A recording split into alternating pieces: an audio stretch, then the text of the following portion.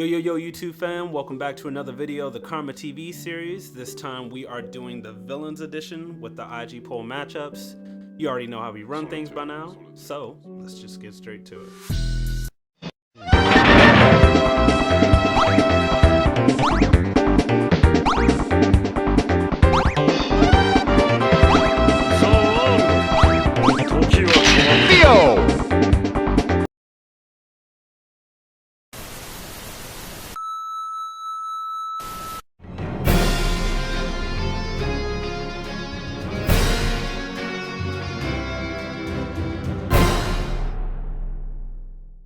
So the first one that we got was by Khalil, and it is time is of the essence in this death battle. Who do you got?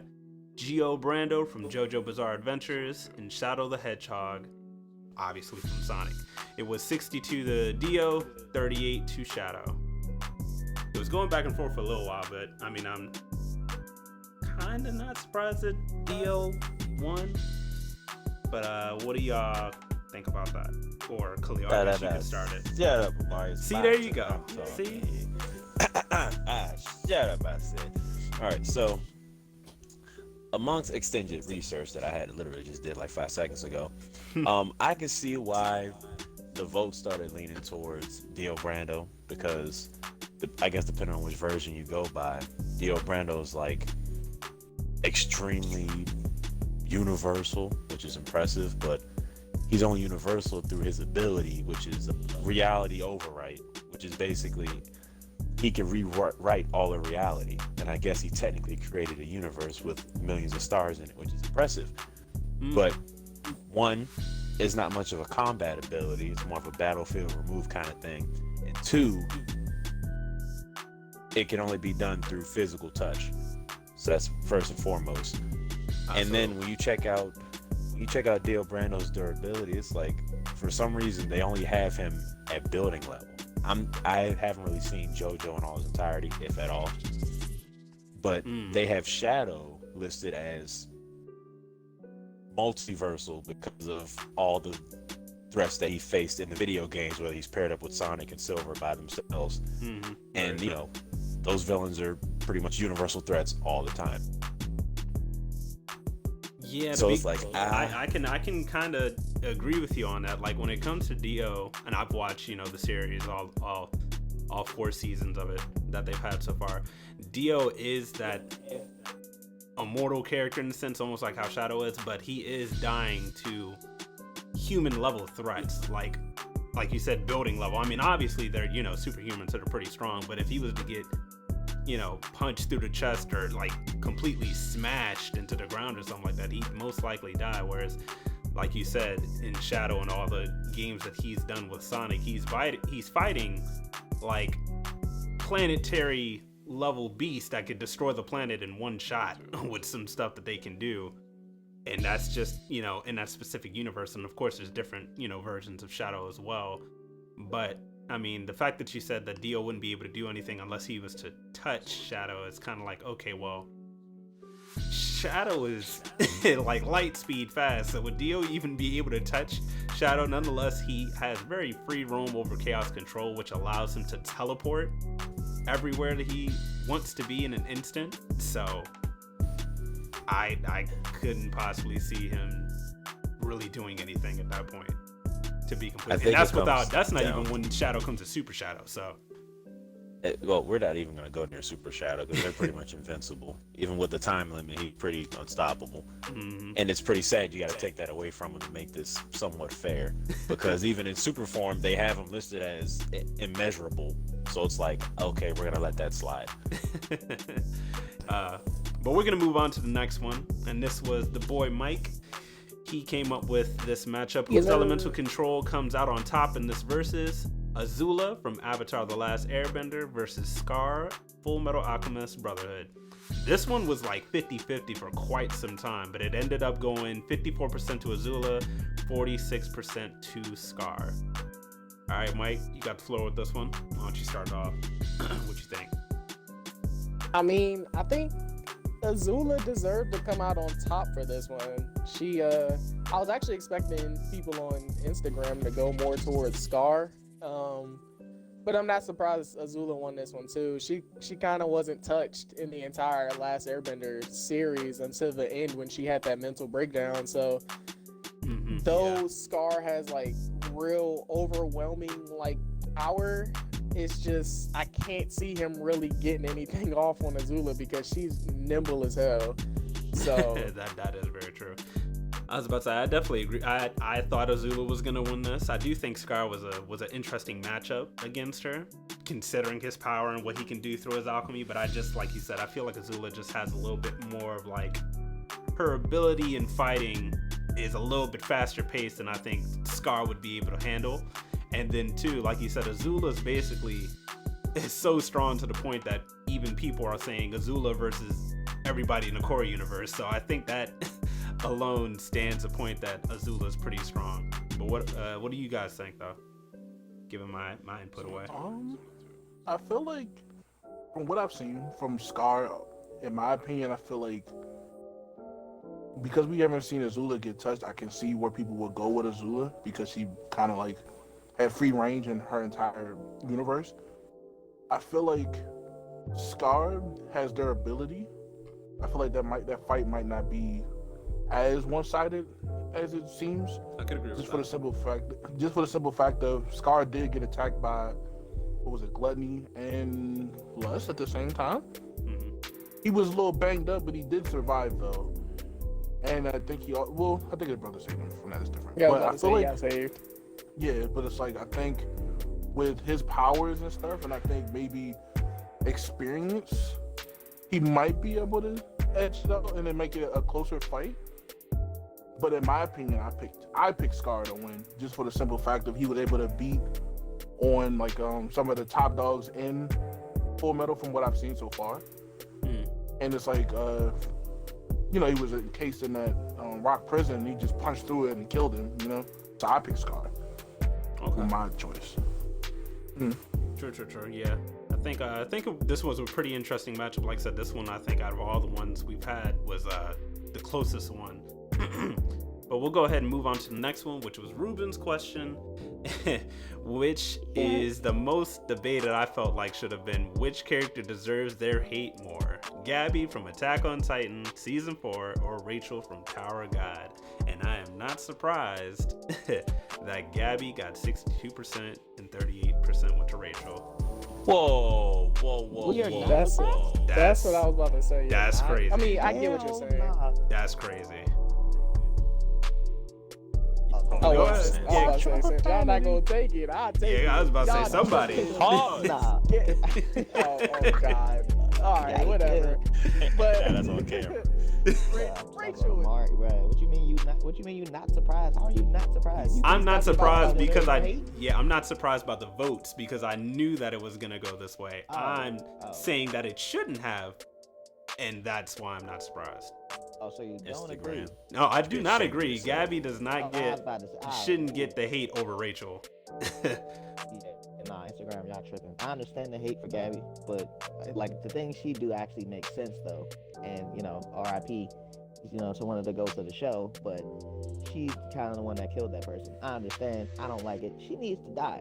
She keep dodging death by like the minimal, like skin of her teeth type plot armor type thing, like she's the main character. But Rachel? No, absolutely not. I feel like it just came from a bunch of people that didn't watch the show or something. But Rachel, That's what I'm thinking. Following the trend. Yeah, plus the Gabby hate, it's still fresh, so it's new. They still feel some type of way. That Rachel thing happened last year. Yeah. But Rachel definitely, she did what she did because she's a jealous, selfish, self-centered piece of garbage. Like, And deceitful. I want to Very I want to deceitful. be important. So they pretty much I gave it a couldn't have lie. said it any better. Okay, how about that? You do this for me, you can be important. All Yeah. I'm saying is she Outta here. disrespectful. She was acting like she was crippled the whole time and was like, you know what, son? Sense. You want to see a trick? Stands up, pushes my man. I'm like, bro, what?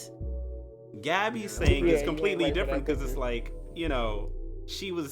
she's trained to be the way that she was. So of course she's going to have things look, her perspective of where she was, raised versus Rachel is just it really is just her as a character, just straight off the bat, regardless of how nice, you know, Bam was to her, and, you know, was genuinely, I guess you could say, love her in a sense, right? Because that's what it essentially was, and he just got slapped in the what face. To call that relationship. It's one-sided. There's a word for it. There is definitely one-sided. Toxic. But yeah, that's a good explanation of it.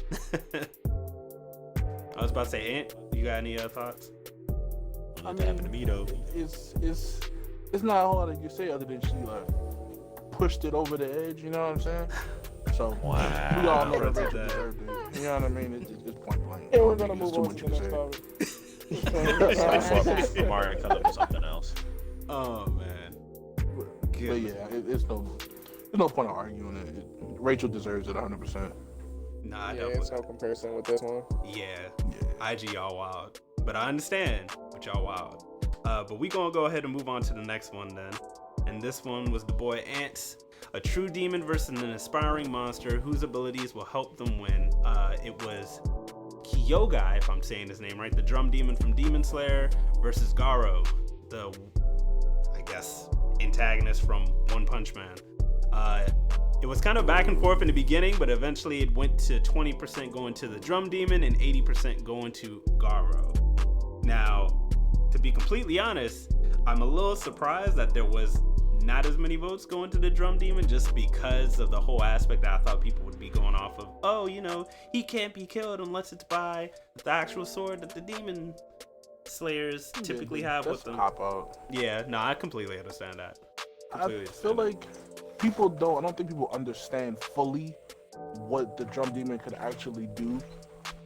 And the fact that he could kind of like teleport people into certain rooms and stuff like that and everything like that.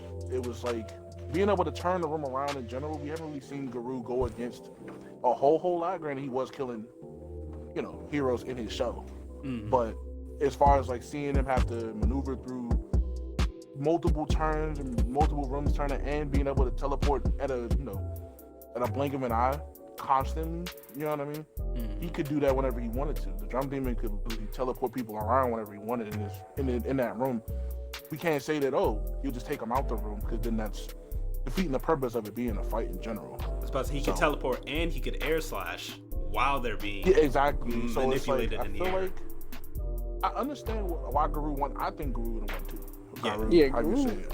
I feel like He's definitely going Garo, he definitely going to. I feel like it's definitely, he's definitely getting destroyed. But I feel like it's an interesting concept to see him have to deal with the rotating rooms and all that. That's what I'm saying. We saw Guru copy a fighting style mid battle. That is true. I'm sorry. He probably would learn one of the feats. He probably learned like thunder breathing or one of the breathing techniques, and then get faster. I mean, what's funny is Garo's thing is water, right? He does the water, so he probably. Yeah, I was about to say he learned one of the techniques and watched this dude. Like, the drum demon is cool, but like also his attacking is lacking. If we're being honest, like he was good against kids and stuff, but. The drum and stuff was really kind of separating him and disrupting the attacker. Yeah, not the really flow him of battle. attacking. Yeah. If you know It's what a gimmick. I mean. It is a gimmick, but he'd be a great support person. If somebody stronger, I can admit that. I do think he'd have a moment though, because he'd be trying to constantly kill this guy and not end up killing him. But I thought that if Garu was set in that place, he'd eventually try to like find a way of like kicking him outside of the building in some way. And if it's like Sunny, like said, then the demon would just die to the sun. That's just kind of how I saw it going. But that makes sense. Yeah, but we can continue on to the next one though. I thought that was a interesting matchup for what it was worth. But the last one, that's it for commentary. Yeah, all right. You see, now you can stop hating. Okay, let me get my poll out there. Hey, wait. I mean the matchup. I meant the matchup. It's a battle between old school, new school samurai. Who wins?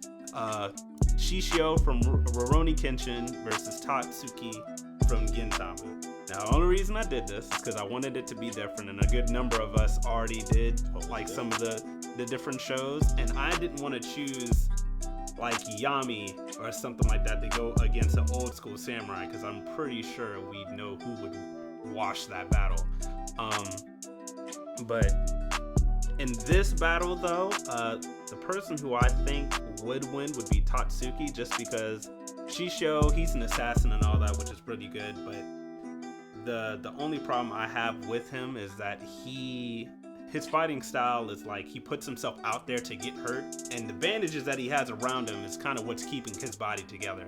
And in Gintama, or Tatsuki and Gintama, they fight against people who have a lot bigger blades than them, and even fight against lightsaber swords, and their swords somehow aren't breaking, and they're like really good at parrying, and the way that they fight is kind of like building level, which is kind of interesting. So I felt like I'd see Tatsuki beating Shishio, but that's just my opinion. Khalil, you've watched a little bit of both, right? Who did you think? Just giving your guess, of course. Actually, I have never seen an episode of Gintama.